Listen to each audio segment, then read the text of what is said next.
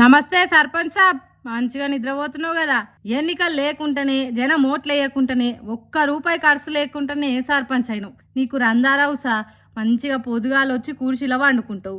ఇందిరామిన్లు కావాలనని, పింఛన్లు ఇవ్వాలనని, సర్కార్ నుంచి రావాల్సిన పథకాలు వస్తలేవని జనం అడుగుతున్నారు. నువ్వేమో దర్జాగా కూర్చిలో వన్నావు. నీకు ఎట్లా న్యాయం అవుతుంది కుక్క సర్పంచ్ గారు? లేండ్రి, లేచి బయటికి రాండ్రి. మురికి కాల్వ ఇంటి ముంగట వాడుతుంది, బాగా వాసన వస్తుందని పబ్లిక్ తిడుతుండ్రు. జర అది సాఫ్ చేయించిండ్రి సారు. ఊరు మీద ఏమన్నా కోపం ఉంటే తర్వాత చూసుకోండి కానీ జర బయటికి రాండ్రి సారు అని బతిలాడుతున్నారు నిర్మల్ జిల్లా ధర్మాజిపేట గ్రామ పంచాయతీ పబ్లిక్. కుక్క సర్పంచ్ గారిని ఆ ఊరోళ్ళు ఎంత చెప్పినా ఇంటలేడు కుక్క సర్పంచ్ గారు. నేను ఇక్కడి నుంచి లేవా, మళ్ళా కొత్త సర్పంచ్ వచ్చేదాకా నేనే పర్మనెంట్ సర్పంచ్ని, నన్ను ఎవరు డిస్టర్బ్ చేయొద్దు అన్నట్టు కూర్చున్నాడు కుక్క సర్పంచ్.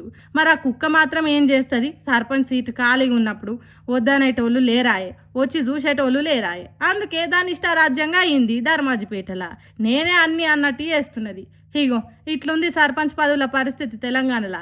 ఎన్నికలు ఎప్పుడో తెలియదాయే, ఎప్పుడు పెడతారో గ్యారంటీ లేదాయే. అందుకే కుక్కలదే రాజ్యమైంది తెలంగాణ ఊర్ల పొంటి. కాంగ్రెస్ సర్కార్ చేయబట్టి కుక్కలకు కూడా మంచి మంచి రోజులు వస్తున్నాయని అంటుర్రు. ఇది చూసిన పబ్లిక్ ఇప్పుడు